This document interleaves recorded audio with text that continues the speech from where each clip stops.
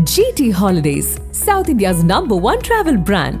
You know you are special when you're with GT Holidays. எங்க சேதாரத்துக்கு மேல கொடுத்தீங்கன்னா உங்க காசை வேஸ்ட் பண்ற மாதிரி தான்.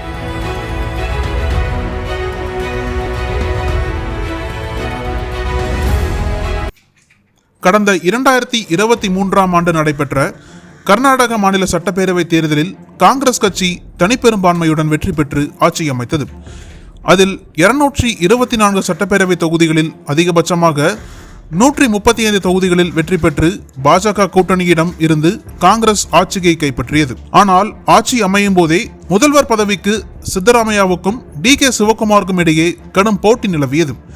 இதையடுத்து நீண்ட இழுபறிக்கு பிறகு கர்நாடக முதல்வராக சித்தராமையாவையும் துணை முதல்வராக DK சிவகுமாரையும் நியமித்து கட்சி மேலிடம் அறிவித்தது. மேலும் சித்தராமையாவும் DK சிவகுமாரும் தலா 2.5 ஆண்டுகள் முதல்வர் பதவியை பகிர்ந்து கொள்ள வேண்டும் என்று கட்சி மேலிடம் கூறியதாக தகவல்கள் வெளியானது.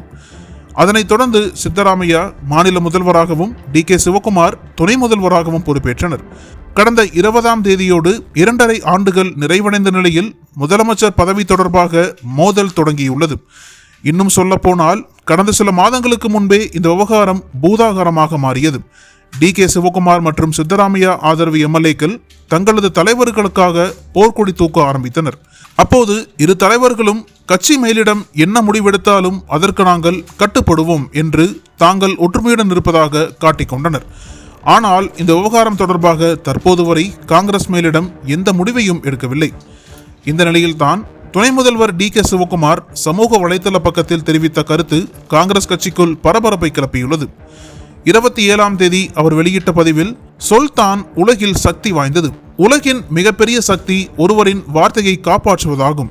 அது நீதிபதியாக இருந்தாலும் சரி, ஜனாதிபதியாக இருந்தாலும் சரி, நான் உட்பட வேறு யாராக இருந்தாலும் சரி, அனைவரும் சொன்னபடி நடக்க வேண்டும். வார்த்தைதான் உலகின் பெரிய சக்தி என குறிப்பிட்டிருந்தார். 2.5 ஆண்டுகள் நிறைவடைந்த நிலையில் கட்சி மேலிடத்திற்கு நினைவுபடுத்தும் வகையில் DK சிவகுமார் இந்த பதிவை வெளியிட்டதாக கூறப்படுகிறது. இந்த பதிவை தொடர்ந்து கர்நாடக அரசியலில் மீண்டும் புயல் வீச தொடங்கியுள்ளது. பெங்களூரு வந்திருந்த காங்கிரஸ் தலைவர் கார்கேவை சித்தராமையா நேரில் சந்தித்து பேசியதாக கூறப்படுகிறது.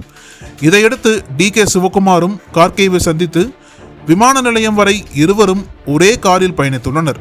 இப்படி முதல்வர் பதவியில் நீடிக்க சித்தராமையாவும் முதல்வர் நாற்காலியில் அமர DK சிவகுமாரும் போட்டி போட்டு காய்களை நகர்த்தி வருகின்றனர்.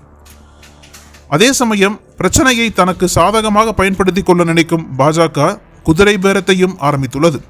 பாஜக MLA ரமேஷ் ஜார்கிஹோலி 50 MLAக்களுடன் DK சிவகுமார் வந்தால் அவரை நாங்கள் முதல்வராக்கி காட்டுவோம் என்று பகிரங்கமாகவே பேசியுள்ளார்.